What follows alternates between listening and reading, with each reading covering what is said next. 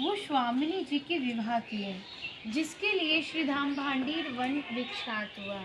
लेकिन हमारे सनातन धर्म में श्रीमद् भागवत जी को सबसे बड़ा ग्रंथ माना जाता है। जब आपको मौका मिले कभी उसका अध्ययन करने का या श्रवण करने का, तो आपको ज्ञात होगा कि पूर्ण श्रीमद् भागवत जी में राधा रानी का कहीं नाम नहीं, क्योंकि सुखदेव गोस्वामी जो थे उनको एक राधा नाम से 6 महीने की समाधि लग जाती थी और परीक्षित जी के पास 7 दिन का ही समय था।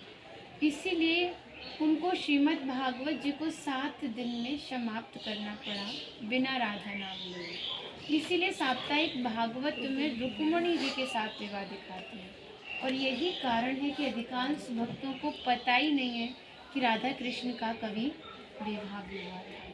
लेकिन श्रीमद् भागवत जी को छोड़ के अनेकों ग्रंथों ने स्वामिनी जी के विवाह का वर्णन दिया, जैसे गर्ग संहिता, स्कंद पुराण, ब्रह्म वैवर्त पुराण आदि वराह पुराण। अनेकों ग्रंथ हैं जो लाडली जी के विवाह का प्रमाण करते हैं। राधा नाम इतना सहज नहीं है जो हर व्यक्ति अपने मुखारविंद से ले सके, क्योंकि सुखदेव गोस्वामी जैसे व्यक्ति, उनको एक राधा नाम से 6 महीने की समाधि लग रही है। हम तो एक आम व्यक्ति हैं, तो हम राधा नाम कैसे ले सकते हैं? इसलिए हमारे ब्रज में राधा रानी को स्वामिनी जी कह के, लाडली जो कह के, किशोरी जो कह के, श्री जी कह के इत्यादि नामों से संबोधित किया जाता है। लेकिन आज आपको जिस भांडीर वट के नीचे बैठने का सौभाग्य प्राप्त हुआ, शास्त्र अनुसार जो वट वृक्ष होते हैं वो ब्रह्म का स्वरूप होता है।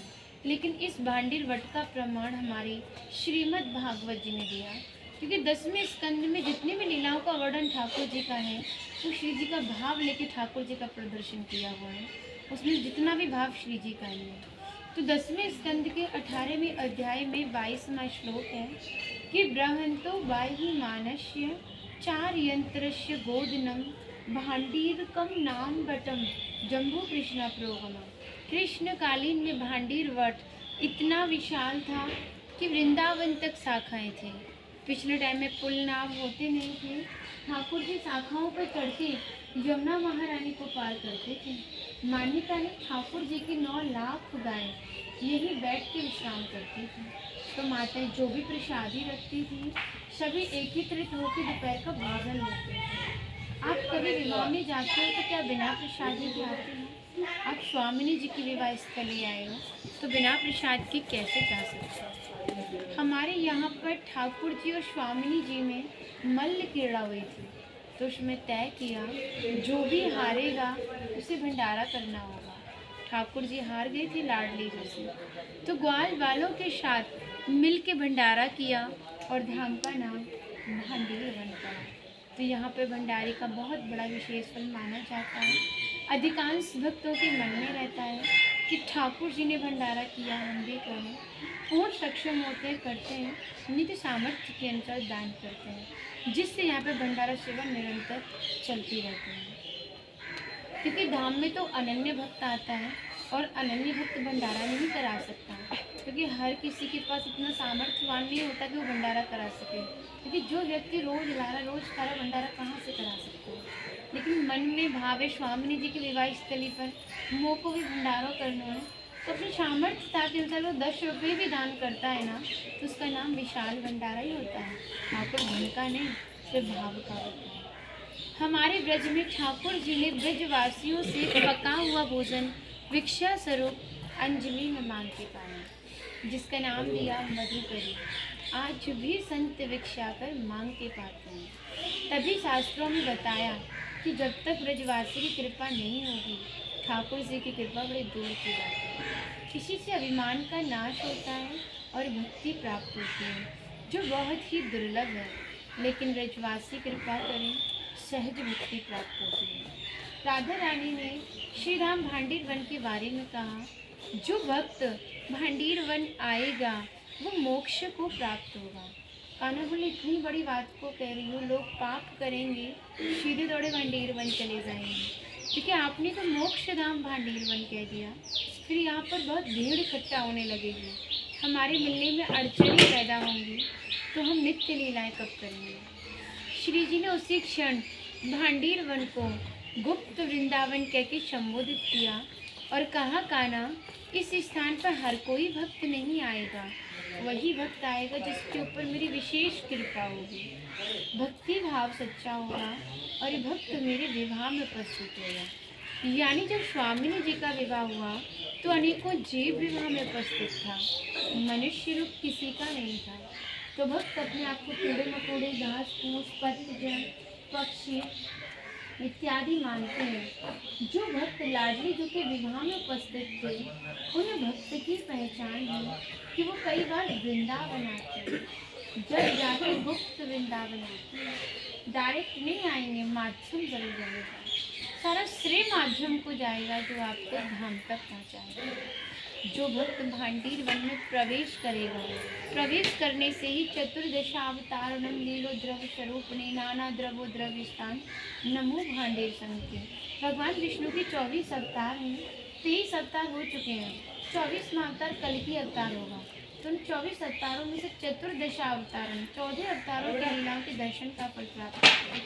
जो भी भक्त यहाँ की प्रसादी पाता है और एक रात्रि राधा नाम संकीर्तन में जाग के गुजारता है, उसको गोलोक धाम की प्राप्ति होती है। क्योंकि भांडीर वन के ही दर्शन मात्र से उन्हें जन्म की प्राप्ति नहीं होती।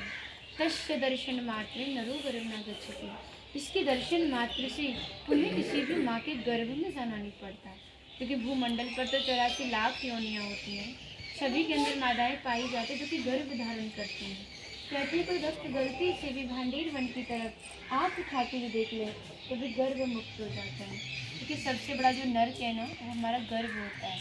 फिर कहा था, श्री वासुदेवम ततो दृष्ट्वा पुनर्जन्म न भूति। जो भी भक्त भांडीर वन में प्रवेश करता है, श्री वासुदेव जी का दर्शन करता है, भंडारा इत्यादि करता है, वो पुनर्जन्म गर्भ यातना से मुक्त हो जाता है। यहाँ पर ब्राह्मण पत्नी ठाकुर जी को भोजन की शादी करवाई, क्योंकि भांडीर वन एक निंजाट वन था, जिसमें श्रीमद् भागवत जी ने एक श्लोक दिया कि पित्वान मुखेन तान पृच्छाद योगादीशो व्योम च ताप पश्चात दीक्षो मणि पुनर्भांडित माँ पिता।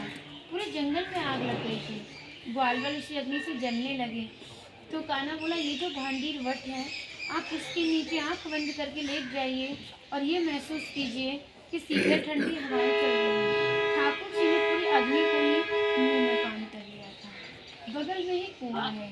इसका वर्णन श्रीमद् भागवत जी में आदि वराह पुराण में कई ग्रंथों में दिया हुआ है, क्योंकि हर स्थान द्वापर युग की लीला में है, लेकिन इसको 4 युग की मान्यता है। प्रथम युग था सतयुग, तो इसका कुछ लोग दिया चतुर्दशावतारणम जन्मोन्योत्सव वर्धने दुग्धो मान मयुद भूत मत्स्य कूप नमोस्तुते। भगवान विष्णु के 14 अवतारों में जो प्रथम अवतार था वो मत्स्य अवतार था, जो सत्यव्रत नामक राजा थे, जिन्होंने मछली रूपी बने भगवान विष्णु को 4 पहर के लिए इस कोप में रखा। इस कूप का नाम मत्स्य कूप पड़ा। त्रेता युग में राम जी के अवतार में यही कुआं यक्ष कूप के नाम से जाना गया। द्वापर युग में छिप गया। ठाकुर जी ने लीला को रचित किया। कंस का भेजा हुआ दो वत्सासुर राक्षस जो गायों का वेश धारण करके वचनों में छिप के आ गया, ठाकुर ने उसका उद्धार किया तो उन्हें गौ हत्या का श्राप लगा। उसी शुद्धिकरण करने के लिए कुआं बंसी से उजागर किया और 33 कोटि देवी देवताओं को आवाहन किया। सभी ने जल छोड़ा, कान्हा ने स्नान करके शुद्धिकरण की और पवित्र हुए। यहाँ से ऐसी मान्यता शुरू हुई कि जिन माता बहनों के बच्चे नहीं होते, लेकिन उनके पास भी बेटियाँ हैं, तो जो भक्त रोग से ग्रस्त है वो भक्त माता बहनें सौमती अमावस्या को आते हैं और स्नान कर अपनी मनोइच्छा का फल प्राप्त करते हैं। मनोर्थ वर्धे तीर्थ, सभी मनोरथों को पूर्ण करने वाला तीर्थ। अस्य भांडी जलान हाबे नमो गोप जलान हृदय तीर्थ राज नमोस्तुते।